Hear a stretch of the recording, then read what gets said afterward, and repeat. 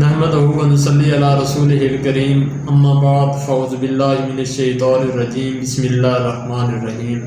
حضور آئے تو سر آفرینش پا گئی دنیا، اندھیروں سے نکل کر روشنی میں آ گئی دنیا۔ بجھے چہروں سے زنگ اترا، ستے چہروں پہ نور آیا، حضور آئے تو لوگوں کو جینے کا شعور آیا۔ معزز سامعین و ناظرین السلام علیکم۔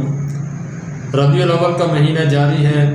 12 ربیع الاول کو امام الانبیاء رحمت دو جہاں سرور کونین سسر عثمان و علی داماد صدیق اکبر سیدہ فاطمہ الزہرا سلام اللہ علیہا کے بابا، حسنین کریمین کے نانا، تاجدار ختم نبوت، خاتم النبیین، خاتم المعصومین، خاتم الرسل جناب حضرت محمد مصطفیٰ احمد مجتبیٰ صلی اللہ علیہ وآلہ وسلم کی ولادت باسعادت کا دن ہے۔ پاک پیغمبر جناب حضرت محمد مصطفیٰ احمد مجتبیٰ صلی اللہ علیہ وآلہ وسلم کی ولادت سے قبل معاشرہ جہالت پر مبنی تھا، ہر طرف اندھیرا تھا، ہر طرف ظلم و ستم تھا۔ نبی پاک صلی اللہ علیہ وسلم کی آمد سے قبل عورتوں کو پاؤں کی جوتی، عورتوں کو نفرت کی علامت سمجھا جاتا تھا، عورت کا کوئی وقار نہیں تھا، بچیوں کو زندہ دفن کر دیا جاتا تھا، غلاموں کو حیوانوں کی طرح، جانوروں کی طرح ان پر تشدد کیا جاتا تھا۔ ذرا سی بات پہ لڑائی جھگڑا قتل و قتال شروع ہو جاتا تھا۔ نبی پاک صلی اللہ علیہ وسلم نے کی تعلیمات کی روشنی کی بدولت معاشرہ بدل گیا۔ نبی پاک صلی اللہ علیہ وسلم کی آمد کے بعد وہ عورت جس کو نفرت کی علامت سمجھا جاتا تھا، نبی پاک صلی اللہ علیہ وسلم نے مثال پیش کی۔ سیدہ طیبہ طاہرہ امی عائشہ صدیقہ رضی اللہ تعالیٰ عنہ جس برتن سے، جس جگہ سے پانی نوش فرماتی تو نبی پاک صلی اللہ علیہ وآلہ وسلم اسی برتن سے، اسی جگہ سے پانی نوش فرماتے۔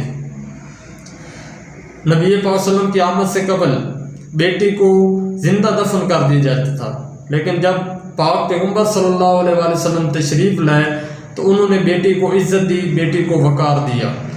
جب فاطمہ الزہرا سلام اللہ علیہا گھر میں تشریف لاتی تو وہ کھڑے ہو کر ان کا استقبال کرتے تھے۔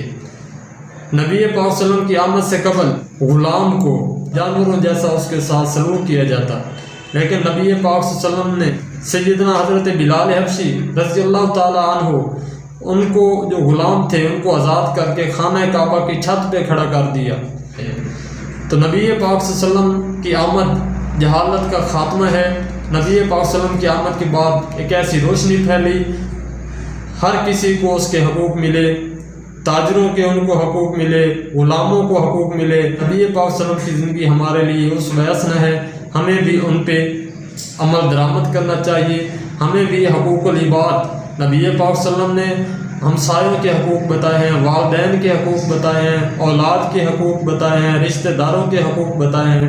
اگر ہم بھی نبی پاک صلی اللہ علیہ وسلم کی غلامی کا ہم دم بھرتے ہیں، ہم ربیع الاول کے مہینے میں عمارتوں پر لائٹنگ کرتے ہیں، جشن و چراغاں کرتے ہیں، جلوس کرتے ہیں، کانفرنسز کرتے ہیں، سیمینار کا انعقاد کرتے ہیں، نبی پاک صلی اللہ علیہ وسلم سے محبت کا ہر طرح سے اہتمام کرتے ہیں کہ ہم عاشق رسول ہیں، ہم غلام نبی ہیں، اور ہم نعرہ لگاتے ہیں کہ ہم نبی پاک صلی اللہ علیہ وسلم کی عزت پر، ناموس پر جان نچھاور کر دیں گے۔